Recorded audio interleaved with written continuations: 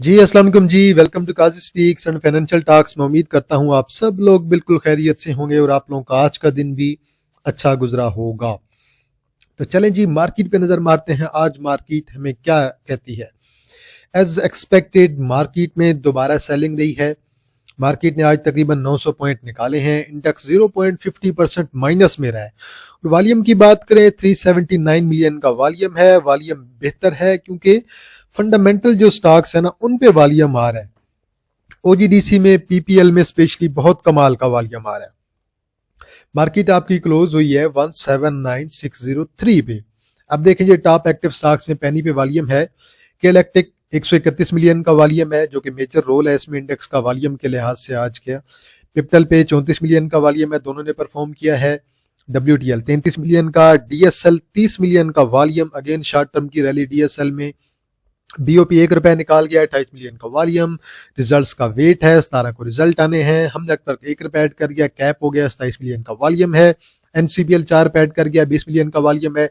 Synergy again sideway है। एफएनईएल sideway है। बीको आपका तकरीबन साइडवे है, 15 मिलियन का वॉल्यूम है। टॉप एडवांसर में 786 इन्वेस्टमेंट है, स्टारा एनर्जी है, हम नेटवर्क है, Mac Pack films limited cap है। देन कोनूर इंडस्ट्री आज जी अनएक्सपेक्टेड कैप लगा है। एसएसओएम कैप है। टॉप डिक्लाइनर्स में ग्रे लीजिंग कंपनी है। देन आपके पास सरितो स्पिनिंग मिल लिमिटेड है। देन आपके पास बेला है। देन आपके पास जिल है। जिल के रिजल्ट मेरे ख्याल में आ जाए हैं, चेक कर लीजिएगा, और अच्छे नहीं आए हैं, माइनस में आए हैं। डिविडेंड भी दिया 25% का। MWMP है, ऑलमोस्ट जो है 8% आज डाउन है। देन क्लोवर है। क्लोवर आपका तकरीबन लोअर लाख के करीब ही था आज, और 8% 9% आपका डाउन है। इन्होंने जो है स्प्लिट अनाउंस कर दिया है, एक शेयर के बदले में 10 शेयर। इस वजह से आज इसे मार पड़ी है। बात करते हैं जी जरा सर्किट ब्रेकर्स की। अपर कैप में टोटल 11 कंपनियां, 786 इन्वेस्टमेंट, दाऊद इक्विटी है, हम नेटवर्क है, कोहिनूर इंडस्ट्री है, मैकपैक फिल्म्स है, स्टारा एनर्जी है और एसएसओएम है। लोअर कैप में आपके पास कुछ भी नहीं है। आगे चलते हैं जी। देखिए जी, आज रिजल्ट्स आए हैं जी। अभी मेट्रोपॉलिटन बैंक के अच्छे रिजल्ट्स आए हैं। डिविडेंड भी अच्छा है, 95 पॉइंट। नेशनल बैंक ने 46 पॉइंट। इलेक्ट्रिक ने 32, सम नेटवर्क ने 23, मैपल लीफ ने 20, साजगार ने 18, एनएमएल ने 17, पीएसएक्स ने 14, माड़ी ने 12 और जेवीडीसी ने तकरीबन 12 पॉइंट्स ऐड किए हैं। एग्रो एच ने 233 पॉइंट। एफर्ट का इम्पैक्ट एग्रो होल्डिंग पे भी आया है। लकी सीमेंट ने 187, ओजीडीसी ने 150, यूबीएल ने 147, एफर्ट ने 101, सिस्टम ने 76, फातमा ने 70, बीओपी ने 52, बैंकर फलाह ने 44, पहले सीमेंट ने तकरीबन 41। अब agro holding, Lucky, OGDC, UBL, EFERT, systems, इन सब पे हम लोग डेली बेस पे बात कर रहे हैं क्योंकि ये फंडामेंटली जो है स्ट्रॉन्ग शेयर्स हैं, तो इस वजह से हम इन पे पहले भी बात कर रहे हैं। आज भी इनमें से हम कुछ शेयर्स पे बात करेंगे। इंडेक्स को देखें जी। इंडेक्स अगेन जो है नीचे की तरफ विक लगा के गया है, अच्छी विक लगाई है। वॉल्यूम कदरे बेहतर है, अच्छे स्टॉक्स में वॉल्यूम आ रहा है। मैं इसलिए वॉल्यूम को बेहतर कह रहा हूं क्योंकि पीपीएल ओजीडीसी में हमें डेली बेस पे अच्छा वॉल्यूम दिखाई दे रहा है। इंडेक्स बिल्कुल आपका शॉर्ट टर्म में अच्छा परफॉर्म कर रहा है, रिकवरी के मूड में है। इंशाल्लाह बाइंग बहुत अच्छी हो रही है आपके specially oil and gas sector में, प्लस डाइवर्जेंस भी बन रही है बुलिश। इंडेक्स इंशाल्लाह अगले वीक में ज्यादा अच्छा परफॉर्म कर सकता है। अब रमजान भी आ रहा है। रमजान में इंडेक्स में वॉल्यूम बिल्कुल लो हो जाता है, और अगर मैं कहूं कि इंडेक्स में टोटल अगर 4 वीक हमारे रमजान में आते हैं, 4 साढ़े 4, तो उन 4 साढ़े 4 वीक में सिर्फ 5 से 6 दिन आपको जो है अच्छा वॉल्यूम दिखाई देगा। ओवरऑल वॉल्यूम कम रहेगा क्योंकि जो इन्वेस्टर्स होते हैं वो रमजान में मार्केट से दूर रहते हैं। तो वाला हर किसी की अपनी मर्जी है, कोई मार्केट में काम करता है, कोई नहीं करता है। तो एक रेंज बाउंड किस्म की मार्केट आपकी रहेगी, लेकिन मार्केट आपको ईदी दे के जाएगी। ये बात आप लोगों ने लाजमी ज़हन में जो है रख लेनी है। तो मार्केट अच्छी है भाई, कोई मसला नहीं है। अच्छे स्टॉक्स नीचे आ रहे हैं, उन्हें आप लोग बेशक टारगेट कर सकते हैं। सपोर्ट वगैरह, रेजिस्टेंस सारी मैंने सपोर्ट नीचे की ड्रा करके आपको ऑलरेडी बताई हुई है, वहां तक इंडेक्स आ सकता है। बाड़ी में बिल्कुल लो वॉल्यूम है, कुछ खास काम नहीं हुआ, एक किस्म का साइडवे क्लोज हुआ है। अभी मेट्रोपॉलिटन बैंक के रिजल्ट आए हैं, 5.18 की ईपीएस आई है, 45% का डिविडेंड है, 4.5 रुपए का कमाल का डिविडेंड है, 45% का यहाँ दिया है।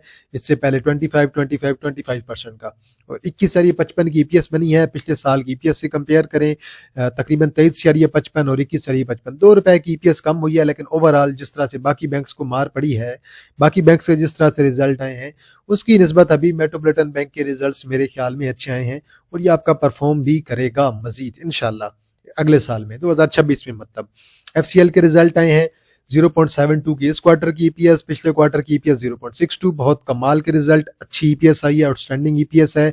और इंशाल्लाह पिछले साल की ईपीएस अगर 2 बनी थी, इस साल की ईपीएस इंशाल्लाह हमारी 2.5+ तक जा सकती है। 2.5 या 3 के अगर राउंड अबाउट जाती है तो देन मैं तो इसे अच्छी ईपीएस कंसीडर करूंगा। इंशाल्लाह ये परफॉर्म करेगा, रिजल्ट इसके बहुत अच्छे हैं भाई। और डिविडेंड भी आपको दे सकता है फ्यूचर में, बोनस तो अब नहीं देगा हर दफा, बल ये आपको मिल सकता है नीचे 25 या फिर 24.5-23 तक। आप लोग इसे कंसीडर करें, मुझे इसके रिजल्ट्स बहुत अच्छे लग रहे हैं। बैंक ऑफ पंजाब को अगेन मार पे मार पड़ रही है और बहुत हैवी किस्म की भाई बैंक ऑफ पंजाब को मार पड़ रही है। और रिजल्ट अब आपके 17 तारीख को आने हैं, थोड़ा सब्र से रखें और देखें रिजल्ट अब आपके कैसे आते हैं। और ब्रेक कर रहा है, बिल्कुल डाउन ट्रेंड में चल रहा है, डेली बेस पे डाउन जा रहा है। ना तो 1 आवर पे हमें कुछ अच्छी अपॉर्चुनिटी नजर आ रही है, ना तो डेली बेस पे नजर आ रही है। रिजल्ट्स को प्रिडिक्ट करना बैंक्स के थोड़ा सा मुश्किल है, क्योंकि कल मैंने आपसे जो है AKD का शेयर किया था कि उन्होंने जो भी प्रिडिक्शन की है, कोई एक प्रिडिक्शन भी उनकी सही साबित नहीं हुई है। बैंकल हबीब की भी उनकी नहीं हुई, अस्करी बैंक की भी नहीं हुई, मीजान बैंक की भी नहीं हुई। तो बहरहाल थोड़ा एहतियात से काम करें, जरा वेट करें। और अब रिजल्ट्स का वेट आपको करना पड़ेगा, बैंक ऑफ पंजाब का रिजल्ट का वेट करें। ये सिर्फ और सिर्फ रिजल्ट्स की वजह से बैंक ऑफ पंजाब को मार पड़ रही है। OGDC अगेन डाउन, 7 रुपए निकाले हमने, थोड़ा सा आज लिया है जी। मतलब नेक्स्ट सपोर्ट 290 की है, 290 के बाद जो अगली सपोर्ट होगी वो हमारे पास 280 की है।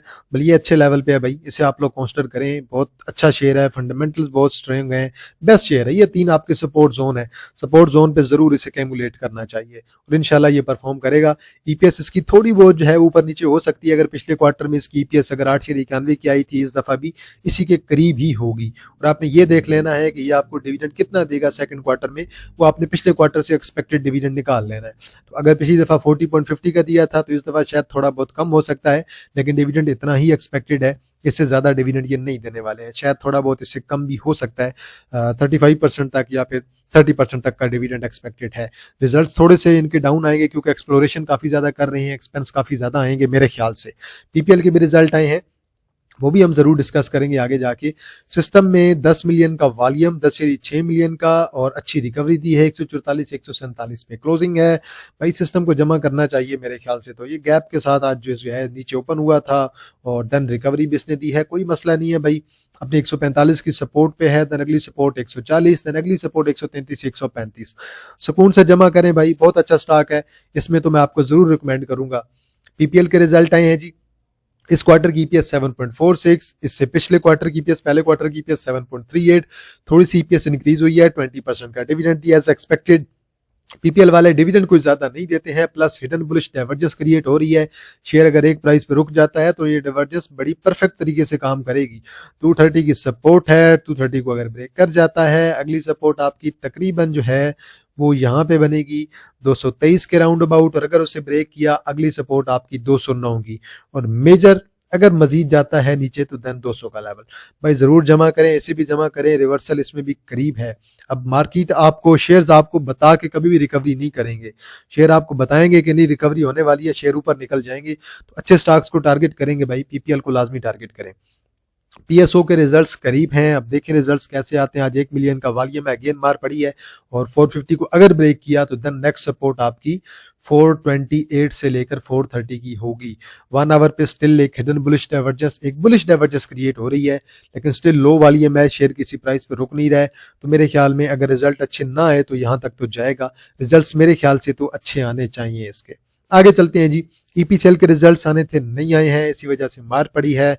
अब सोमवार को उम्मीद है 9-15 पे रिजल्ट आ जाएंगे, और आज 9 मिलियन का वॉल्यूम भी पड़ा है, सेटलमेंट इसकी अच्छी होगी, और रिजल्ट्स इसके मुझे तो नहीं लग रहा फिलहाल के लिए कुछ अच्छे आएंगे, और अच्छे रिजल्ट्स एक्सपेक्टेड भी नहीं है। सिटी फार्मा के आज रिजल्ट्स आने थे। अब मजे की बात कि सिटी फार्मा के रिजल्ट्स अभी तक नहीं आए हैं, आज रिजल्ट्स आने थे।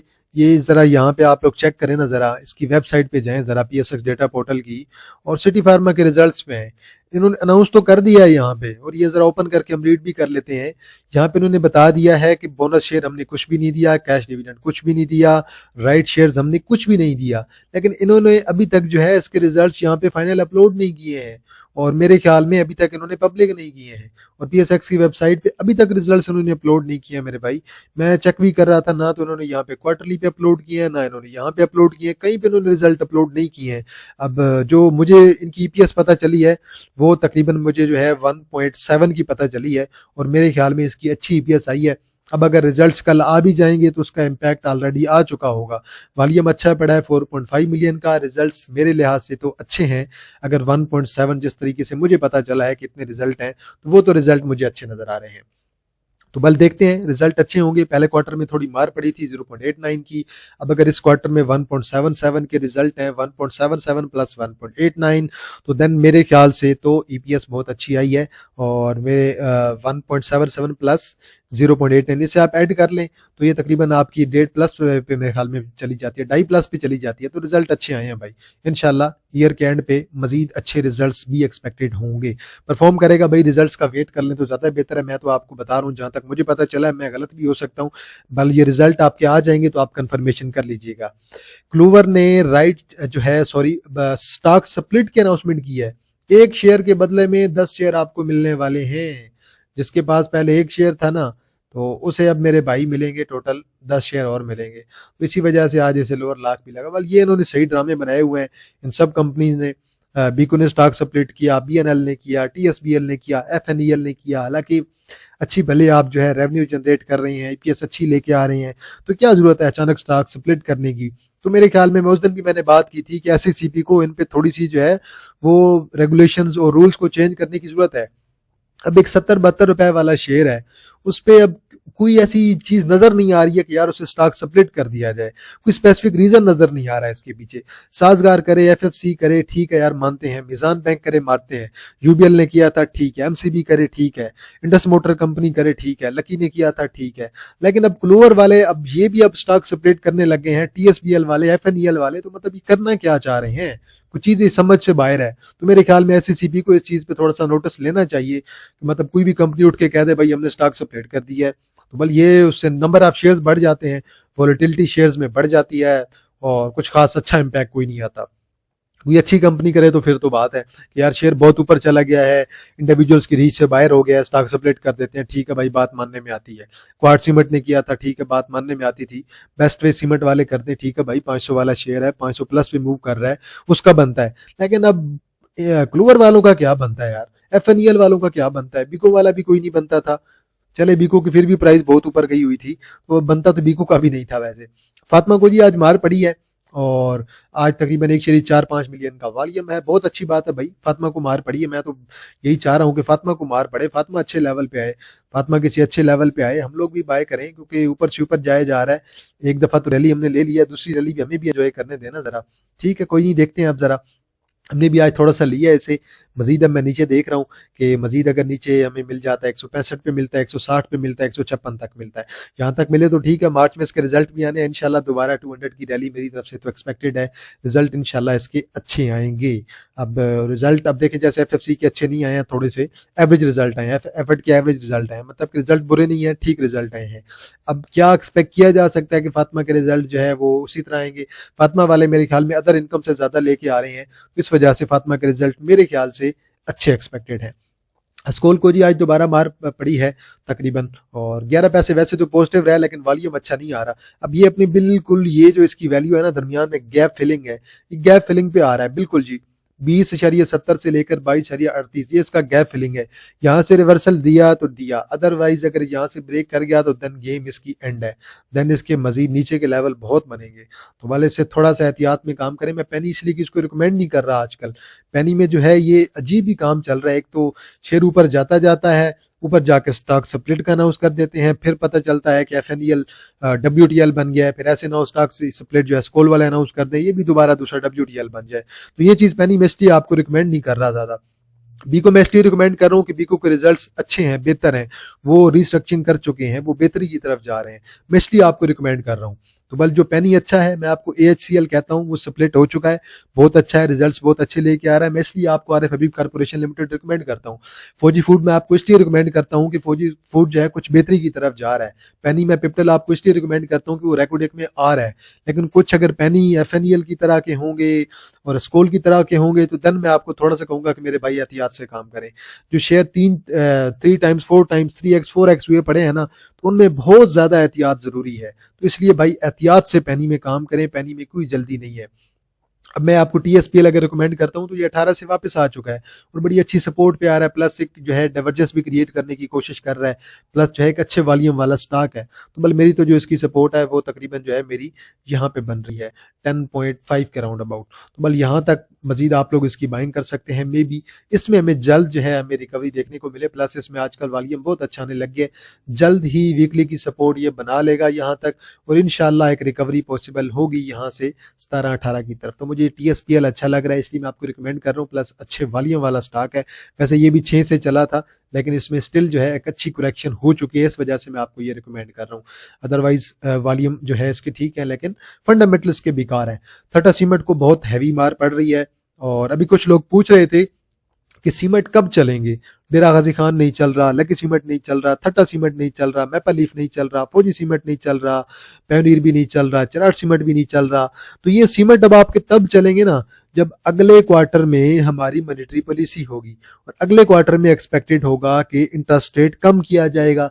अब वो जो है जीरो जो है वो 50 बेसिक पॉइंट कम हो या फिर 100 बेसिक पॉइंट्स कम हो, इंटरेस्ट रेट कम होगा तो इंशाल्लाह सीमेंट के लिए बहुत अच्छी खबर होगी, आपकी ओवरऑल स्टॉक मार्केट के लिए बहुत अच्छी खबर होगी। इस क्वार्टर में मार पड़ने की एक वजह ये भी है कि इंटरेस्ट रेट कम नहीं हुआ था, तो भले इंशाल्लाह अगले क्वार्टर में एक्सपेक्टेड होगा कि इंटरेस्ट रेट कम किया जाएगा और अगर इंटरेस्ट रेट कम होगा मेरे भाई इंशाल्लाह सीमेंट आपके परफॉर्म करेंगे। ये मेरा थटा सीमेंट पे एनालिसिस है। थटा सीमेंट अगर 75 को ब्रेक कर जाता है तो इंशाल्लाह रिकवरी की तरफ जाएगा, अदरवाइज ये यहाँ से 64 को ब्रेक करके दोबारा 58 और 56 के जो गैप्स हैं नीचे उनकी तरफ भी आ सकता है। इसका थोड़ा सा एहतियात करना आप लोगों के लिए फिलहाल के लिए जरूरत है और इंशाल्लाह मैं वीकेंड में कोशिश करूंगा कि आप लोगों के लिए वीडियो बनाऊं सीमेंट सेक्टर के बारे में कि कौन सा सीमेंट जो है किस लेवल पे बाय करना चाहिए। आप लोग वेट करें, इंशाल्लाह मैं वीकेंड में आप लोगों के लिए वीडियो बना दूंगा, मैं टिकटॉक पे भी अपलोड कर दूंगा और मैं फेसबुक पे भी अपलोड कर दूंगा। और मजे की बात भाई, मार्केट में जब रेड चल रही होती है ना, मार्केट ब्लड बात चल रहा होता है, सबको मार पड़ती है, हमें भी मार पड़ रही है, लेकिन हम अपनी स्ट्रेटजी के साथ चल रहे हैं। हमने अपने लेवल्स पहले के बना के रखे हुए हैं, अगर हम बाय करेंगे इन लेवल्स पे करेंगे, बगैर सोचे समझे हम किसी शेयर को बाय नहीं करेंगे। जब हमें पता है कि यार वो शेयर हमारे इस लेवल तक आ सकता है तो हम उस लेवल पे बाय करेंगे। यकीनन हमारे भी लोग पैनिक हो रहे थे, तो मैंने फौरी तौर पे आज जो है एक जूम मीटिंग अरेंज करवाई है। मैंने कहा यार आधे घंटे की जूम मीटिंग कर लेते हैं, हालांकि जुमा भी था लेकिन फिर भी मैंने कहा चले जूम मीटिंग करते हैं। जूम मीटिंग में मैं आपको जो है कुछ चीजें बता देता हूँ ताकि आप लोगों को पैनिक ना हो, और मैं यही चीज आप लोगों को भी कहूंगा मेरे भाई, पैनिक नहीं होना है मार्केट में। रेड मार्केट में आपको अगर OGDC PPL नीचे मिल रहे हैं, आपको टाटा सीमेंट नीचे मिल रहा है, सिस्टम आपको 170-80 से गिर के 145 पे मिल रहा है, तो फिर पैनिक होने की तो कोई जरूरत नहीं है ना। शेयर अगर आपको इतने नीचे मिल रहे हैं तो फिर आप तो एहतियात से काम करें, तो कोई पैनिक होने की जरूरत नहीं है। मैं आपको कह रहा हूं रेड मार्केट में स्लो बाइंग करें, 100% बाइंग कोई ना करे। मैंने भी जो भी आज OGDC PPL में बाइंग करवाई है 30% कराई है, कोई ज्यादा नहीं कराई है। फातिमा में कराई है 30-40% करवाई है, ज्यादा बाइंग नहीं करवाई है। ठीक है भाई, और नीचे मिलेंगे तो नीचे लेंगे, पैनिक होने की जरूरत ही नहीं है। अगर हम लोग जो है 100% बाइंग करके बैठ जाएंगे तो शेयर आपका 10-15 रुपए भी नीचे आ गया तो इंडिविजुअल बेचारा तो पैनिक होकर मर जाएगा ना, उसे तो मार पड़ेगी, वो तो बेचारा पैनिक हो जाएगा जल्दी, उसे तो समझ नहीं आएगी अब क्या करना चाहिए। यार 10% नीचे आ गया, सेल करके निकल जाता हूं मार्केट से। तो इंडिविजुअल्स के लिए मेरा यही मैसेज है, पैनिक नहीं होना है। और मैं हमेशा से आपसे यही कहता आ रहा हूं कि रेड मार्केट में बाइंग करनी है, ग्रीन मार्केट में सेलिंग करनी है। मार्केट अगर आपको 1-2 दिन और जो है अपॉर्चुनिटी देती है, थोड़ी सी पॉलिटिकल इंस्टेबिलिटी भी है मार्केट में और एक रेकोडिक के मंसूबे के लिहाज से भी जो है नेगेटिव रूमर्स चलाए जा रहे हैं, सिर्फ और सिर्फ पैनिक क्रिएट किया जा रहा है। मार्केट को कोई मसला नहीं है, मार्केट में अच्छी बाइंग हो रही है, स्लो बाइंग हो रही है, सुकून से काम करें, कोई डरने की जरूरत नहीं है। और अगर लास्ट में बेच के बैठ जाएंगे, जब शेयर रिकवर कर जाएंगे तो फिर सबसे ज्यादा दुख आपको होगा कि नहीं, मुझे भी होगा, क्योंकि अगर मेरा कोई क्लाइंट जो है जो मुझे यूट्यूब पे भी वॉच करता हो चाहे या मेरे प्रीमियम मेंबर हो कोई भी हो, तो मुझे तो दुख होगा कि यार बंदे ने जो है गलती कर दी है। जो मेरे लिए जो चीज़ इंपॉर्टेंट है वो है इंडिविजुअल्स। मुझे बड़े इन्वेस्टर से कोई लेना देना नहीं है, क्योंकि मैं ना तो बड़ा इन्वेस्टर यहाँ तो कोई वीडियो मेरी देखता होगा और ना ही वो इस पर फोकस करता होगा। तो मुझे जो फर्क पड़ता है वो पड़ता है ये कि इंडिविजुअल्स मेरी वीडियो देख रहे होते हैं, छोटे इन्वेस्टर वीडियो देख रहे होते हैं, 8-10 लाख वाले, 15 लाख वाले, 2 मिलियन 4 मिलियन वाले, तो छोटे इन्वेस्टर मेरी वीडियो देख रहे होते हैं। तो मैं तो उन्हें यही कहूंगा कि सब्र से काम करें, कोई पैनिक होने की जरूरत नहीं है। अगर माल बेच के चले जाएंगे, कल परसों रिकवर हो जाएगी मार्केट, तो देन आप लोगों को सबसे ज्यादा अफसोस होगा। तो चलें जी, एंड पे हमारे कोर्स के अनाउंसमेंट कर देते हैं। हमारा PSX का technical master class course start हो रहा है। इसमें टेक्निकल्स जो है हम स्टडी करेंगे, सारे टेक्निकल्स, इंडिकेटर, साइकोलॉजी, अच्छे शेयर को कैसे तलाश करना है, उसके कैसे लेवल बनाने हैं, ये सारी चीजें हम देखेंगे। और इस कोर्स की फीस जो है 15 की है और आप लोगों के पास तकरीबन 14 से 15 दिन है, इजीली 17-18 दिन बन रहे हैं, बल्कि फरवरी का पूरा महीना आपकी रजिस्ट्रेशन ओपन है। और जिसने भी इस कोर्स के लिए रजिस्टर होना है, आप लोग बेशक मेरे व्हाट्सअप नंबर पर रब्ता कर सकते हैं। नीचे व्हाट्सअप नंबर हमारे मेंशन है। जूम पे मीटिंग्स हुआ करेंगे, सब कुछ डिस्कस करेंगे मेरे भाई। जो हर चीज मैं आपको बताऊंगा, जो चीज आप यूट्यूब पे सुन रहे होते हैं ना, वो चीजें मैं आपको सब कुछ बताऊंगा और आप लोगों के सवाल भी मैं लूंगा, आपको हर चीज मैं क्लियर करके भेजूंगा। इंशाल्लाह मैं आपको इतने अच्छे तरीके से लेवल्स बनाना सिखा दूंगा ना शेयर्स के, कि उसके बाद आप लोगों को पैनिक नहीं होना हो पड़ेगा। आप लोग फिर खुद मेरे साथ शेयर करेंगे, सर हमने इसके ये लेवल बनाए हैं, क्या कहते हैं, इस लेवल पे अगर गिरे तो बाय करना चाहिए, इन्वेस्टमेंट के लिए, स्विंग के लिए बाय करना चाहिए। वो चीजें आप लोग खुद मेरे साथ इंशाल्लाह शेयर करेंगे। तो पैनिक होने की कोई जरूरत नहीं है। और ये हमारा कोर्स जो है स्टार्ट हो रहा है। इसमें जिसने भी इनरोल होना है आप लोग इनरोल हो सकते हैं। नीचे मेरे दोनों व्हाट्सएप नंबर मेंशन है, 0347764064, 0316626537 नीचे मेरी ईमेल भी मेंशन है, आप इस पे भी रब्ता कर सकते हैं। और इसी तरह ये हमारा PSX का कोर्स है। इसी तरह हमारा फॉरेक्स एंड कमोडिटीज का भी कोर्स है, बिल्कुल सेम कोर्स है, सेम फ्यूचर्स हैं, सेम फीस के साथ है। अगर उसके लिए भी आपने इनरोल होना है, आप लोग लाजमी अपने लर्निंग के लिए इनरोल हो सकते हैं, चाहे PSX में इनरोल हो, चाहे फॉरेक्स में इनरोल हो, तो कोई मसला नहीं है, आप लोग बेशक इनरोल हो सकते हैं और ये आप लोगों की लर्निंग के लिए होगा। तो वाला आज के लिए इतना है जी। अगर कोई शेयर हुआ है जिसमें एनालिसिस करना हुआ, आप लोग ने कमेंट सेक्शन पे लाजमी मेंशन करना है। वीडियो को लाइक कर दें, बेल आइकन को प्रेस कर दें और कमेंट सेक्शन में आप लोग अपनी राय जरूर दिया करें। और जहां पे वीडियो में कोई मिस्टेक नजर आ रही होती है, टेक्निकली कोई मिस्टेक नजर आ रही है, उसे जरूर मेंशन किया करें, या कोई चीज मैं गलत बता जाता हूं जल्दी में, उस पर जरूर मेंशन किया करें। हाँ अलबत्ता अगर आपको ये लग रहा है कि मैंने जो है वो शेड्यूल को या फिर स्केड्यूल बोल दिया है, शेड्यूल बोल दिया है, तो वो चीज इग्नोर किया करें यार। वो इंसान का लहजा होता है।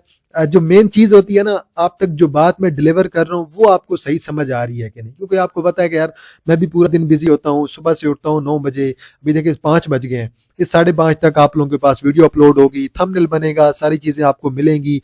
तो इतने में जो है ना दिमाग जो है ना वो सारा मैसअप हुआ पड़ा होता है, दिमाग हमारा भी काम नहीं कर रहा होता है। तो वो बल कोशिश होती है कि आपको एक अच्छी से अच्छी वीडियो जो है वो बना के दी जाए। तो वो वीडियो मैं आप लोगों के लिए बना के अपलोड कर रहा हूँ, करता हूँ और इंशाल्लाह करता रहूंगा। अगर कोई मिस्टेक नजर आती है, टेक्निकली नजर आती है, कोई चीज मिस हो जाती है, तो वो जरूर मेंशन किया करें। अलबत्ता लहजे को इग्नोर किया करें, छोटी मोटी चीजें जो है वो इग्नोर किया करें। तो बहरहाल जी आज के लिए इतना है जी। इंशाल्लाह जी आप लोगों के साथ दोबारा मुलाकात होगी एक नई वीडियो के साथ। तब तक आप लोग अपना ख्याल रखिएगा। अल्लाह हाफिज, फी अमानिल्लाह।